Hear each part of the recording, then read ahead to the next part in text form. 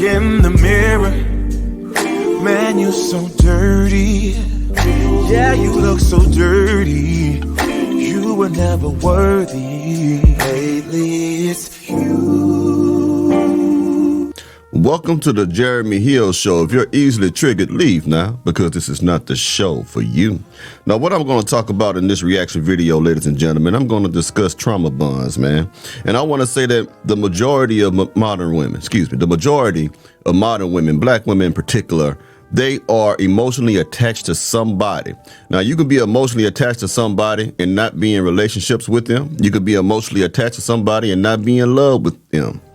What makes you simply attached to these people is the fact that you have this hatred for them, because that is an emotional attachment. This resentment for them, that is also an emotional attachment. And these particular types of emotional attachments are trauma bonds. You get what I'm saying? So most of our women are traumatized. So let me go ahead and show you some examples of it, of what starts these trauma bonds with these women. Let me put it on the screen right quick. Hold on for a second. And we're going to break it down in just a second, man. All right. There it is. Boom. You finna see her face. Don't worry. Let's get it. Y'all, it's fucking crazy. If you don't want to fucking be with somebody, leave them the fuck alone. Like, motherfuckers not begging you to stay here. Now, what you just saw is a woman that is emotionally distraught. You see the tears coming down her eyes. You hear the pain that's in her voice. She's yelling at the top of her lungs because she's been hurt by a man that she chose to be with. Now, for members of the Alphabet Soup community, you too can be in this situation, because you can be with the one you chose to be with and they do you the same. Now, gentlemen, these type of women who are emotional like this, who cries like this, who is so upset to the point where they don't mind embarrassing themselves and looking like fools on social media because they just want to let the hurt out. They just want to vent to somebody online, somebody to get in the comments and say, girl, I understand. Girl, I've been there. Girl, all these men ain't good for nobody. Stuff like this. These women, they have some of the most thickest walls around their hearts, and these are the most they are the most unagreeable, if that's a word, unagreeable women that you can be with. They will always be insecure. They will always be jealous-hearted. They will always question you. They will always be watching you from the corner of their eye. They will never trust you. And when a good man meet a woman like this who's been traumatized, whatever the trauma was, if she caught him in bed with another woman or caught him in bed with another man, the way some of these dudes is now, whatever it may be, it scars them. And they don't get no help. So when a good man come along, they destroy his world. If he decides to be foolish enough to wife this type of woman or to be in a real relationship with these women, because believe it or not, these men, most men, they will wife a woman just because she looks pretty and she do a few things that make him happy. So what that man would do is create the character of the woman in his own mind. Hear what I said? He creates the character of that woman. He doesn't give her time to reveal her character to him. So he already thinks that, oh, this is going to be my bride. She's a beautiful woman and all this and that and the third, right? So when he get involved and get legally married to that woman, the real character of that woman begins to come out. Now his life is hell. Now he in divorce court and he got to give up over half his belongings. Let's keep going. Start from the top. Y'all, it's fucking crazy. If you don't want to fucking be with somebody, leave them the fuck alone. Like, motherfuckers not begging you to stay here. Like, I'm fucking stressed. I couldn't even fit these shorts last week and these bitches is falling off now. Like, if you not gonna treat somebody right, leave them the fuck alone. Ain't nobody asked me all to stay around. God damn it. Now. All that hate, all that anger has to go somewhere, gentlemen. And it's going to go inside. It's going to be internal. You get what I'm saying? It's going to be inside of her. But it will come out. It will express itself. And the only time this type of pain expresses or reveals itself is when it's around someone who actually loves them. Okay? That's the only time that pain really just jump out. When she's around her friends and her homegirls and stuff, they ain't gonna really taste that. All they gonna hear is a bunch of complaining. They might get a few tears here and there out of her. But the hatred, all that's inside of her is going to reveal itself when she begins to be in love with a man. Real talk. Now, I got to turn the volume down on this one right here because this is a low clip. Oh, for y'all who don't know, who say things like this, I know y'all don't mean no harm, but sometimes the clips that I get, it's not my equipment. The people who are making these clips themselves that are in these clips, it's where they're recording, it's what they're using to record, and the volume is low sometimes, and I can't make it higher than what it is with my side, okay? All right, now let me go ahead and get into this part right here. Now check out this woman. She's so traumatized that she is willing to end a man's life. I told myself, the next time a nigga play me, lie to me, break my motherfucking heart, I'ma slit his motherfucking throat. Now, you hear that? This woman has been so traumatized, and she is still trauma bonded to whoever it is that hurt her. You know, you can have more than one trauma bond. People don't understand that. You don't have to be traumatized to one man. Women who have a string of failed relationships tend to have trauma bonds to many different men. Because like I say, a trauma bond is not necessarily you being in love with somebody. A trauma bond is not necessarily you missing them. A trauma bond is simply you hating them, you resent them, you have a strong dislike for them because of something they did to you or something that they refuse to do for you. You get what I'm saying? They take up space in your mind for free.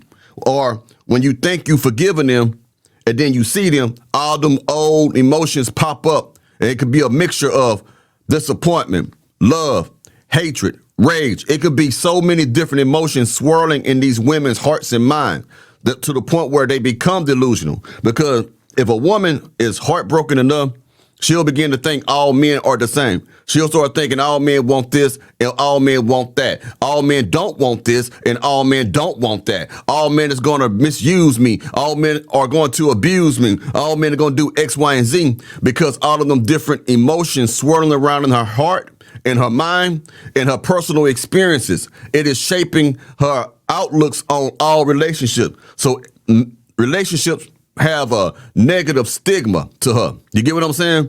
It's all because of that. This is why women cannot be in many relationships. Women should not be trying to jump from man to man to man because each relationship affects them in an adverse way, okay? Yeah, there's going to be some good times in those relationships, but people tend not to remember the good times when something goes horribly wrong. They will always tend to remember the worst time. They have to damn near force themselves to remember the good times that they enjoyed with that individual in that relationship. So when you have a woman who been dogged out and then go to another man, gets dogged out, go to another man and don't get dogged out, but goes through one night stands because she told herself, I'm never going to love again, but I'm going to start doing these men wrong and I'm going to start breaking their pockets and I'm just going to sleep with them and manipulate them. That too affects their mindset, okay? So when a good man is presented to the woman, lady, you don't know what to do with him. You don't know how to treat him, and you will never trust him, which makes it impossible for you to pair bond effectively because you slept with so many men. And pair bonding is not only disrupted from sexual bliss, it is also disrupted from emotional attachments to the wrong people. So that is also, we don't never really talk about this. Maybe I'll talk more about it because I never heard no one talk about this before, but I'm gonna be real with you.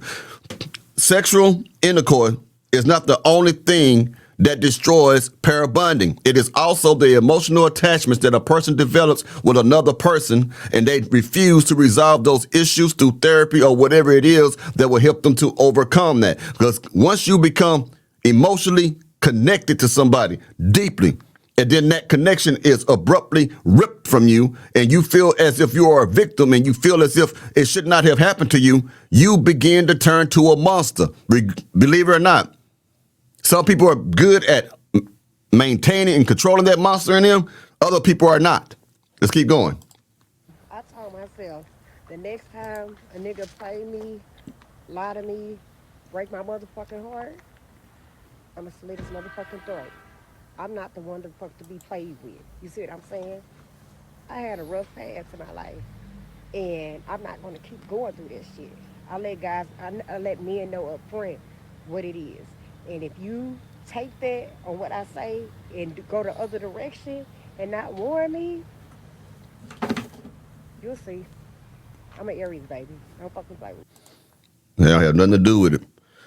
I don't believe in zodiac signs anyway, but for those of you who do, that ain't got nothing to do with it. It comes down to your personal choices that you make in the relationships or the men that you choose to be with. That's what it comes down to. Hell wrong with her. Now I'm going to show you another example I think we need to kind of cover of what develops trauma bonds.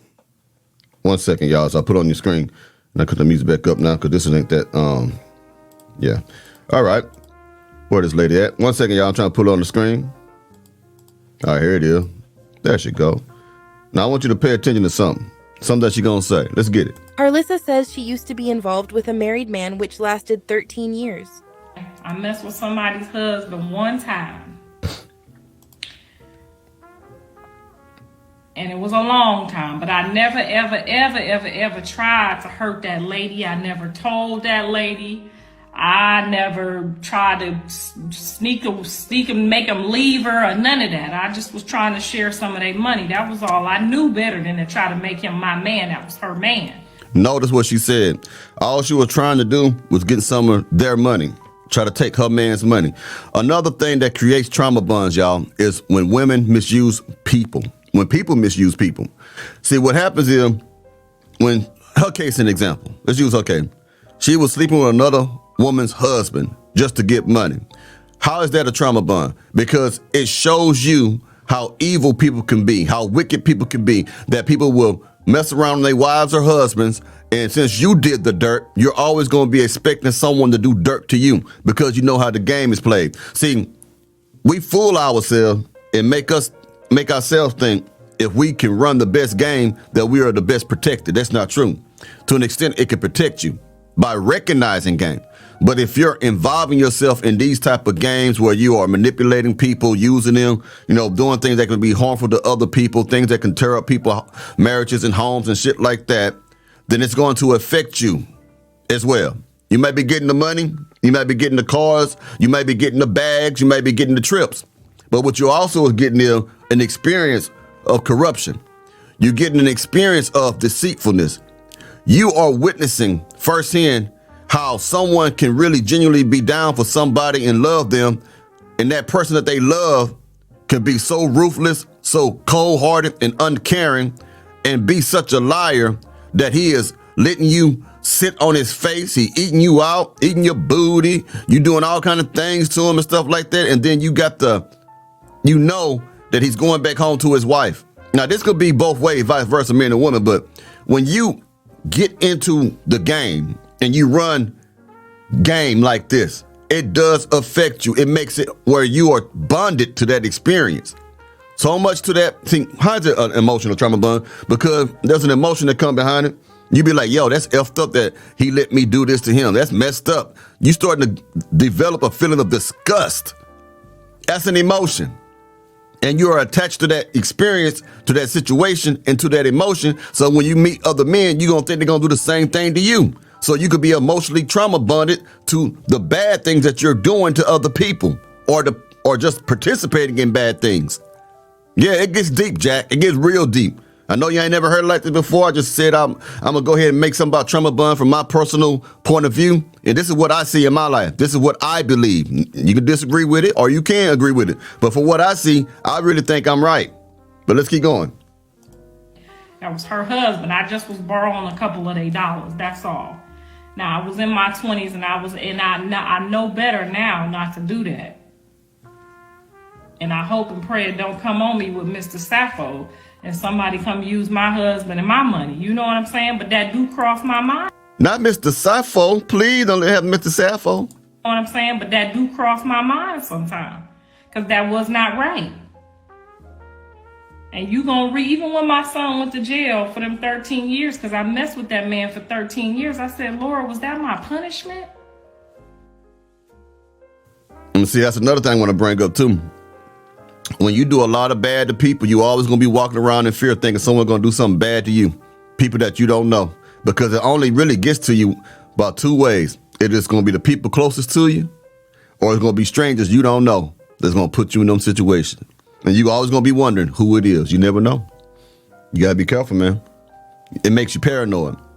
Anyway, you tell me what you think about this. I'll be doing another video Monday. I take the weekends off now for a little while, try to rest my mind, my brain. And I will be doing a live stream pretty soon. I'll be letting y'all know when. I'm just taking a break. You know what I'm saying?